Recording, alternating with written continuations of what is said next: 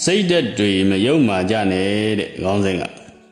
လောကမှာတခါတရံလူတွေနဲ့ပေါင်းသိတဲ့နေရာမှာ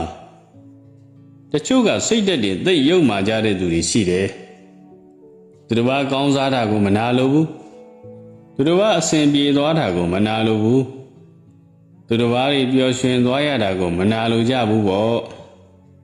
မနာလိုစိတ်ဖြစ်တဲ့အထဲမှာအဝေးကလူကမနာလိုမဖြစ်ပဲကိုယ်အနီးမှာရှိနေတဲ့သူတွေကပိုဖြစ်နေတာကိုတွေ့ရတယ်မသိတဲ့သူကမနာလိုမဖြစ်ပဲကိုယ်နဲ့သိတဲ့သူတွေကကိုယ်အကျိုးကိုပြက်လောက်အောင်ထိမနာလိုဖြစ်နေကြတဲ့သူတွေရှိတယ်ကြာလာတော့လူတွေနဲ့ပေါင်းရင်သတိထားပေါင်းနေရတယ်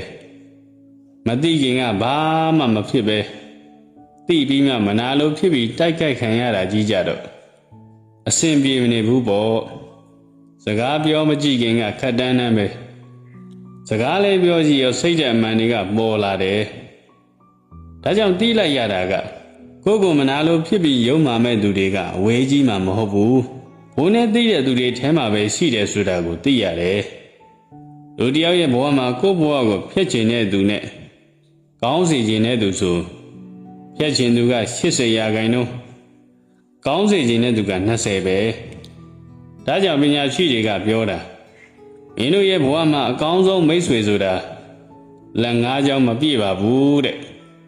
အဆိုးဆုံးမိတ်ဆွေကတော့မရေမတွက်နိုင်အောင်များတယ်တဲ့အမှန်ပဲနော်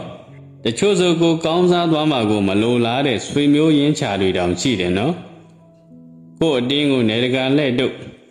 ကို့စီးပွားရေးကိုဒုံနဲ့ထိုးပြီးဖျက်ဆီးနေကြတာဘယ်သူတွေများလဲမှတ်တယ်ကို့အမျိုးတွေဖြစ်နေကြတာတွေရှိတယ်တချို့ဆိုပိုလို့တောင်ဆိုးပါသေးတယ်လင်ကောင်းစားရင်မယားမနာလို့မယားကောင်းစားရင်လင်ကမနာလို့တဲ့သူတွေရှိတယ်ပြင်ကိုနဲ့တူတုံစင်းမိသားစုတွေကညီကိုမောင်နှမတွေတောင်ရှိတယ်နော်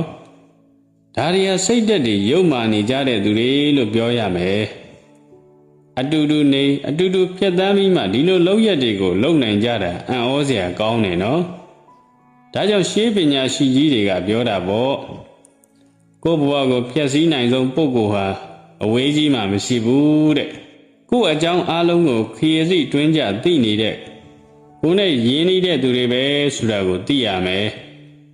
တချို့ကကိုယ့်ဘဝတဲကိုဖျက်ဆီးဖို့ဝင်လာတဲ့သူတွေရှိတယ်ပထမတော့ခင်မင်အောင်ဆောင်းတယ်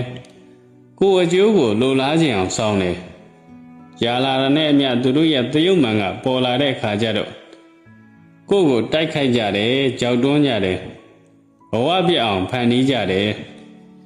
ယနေ့ခေတ်ဘဝပြည့်နေတဲ့လူငယ်တွေကိုလိုက်ကြည့်လိုက်ရင်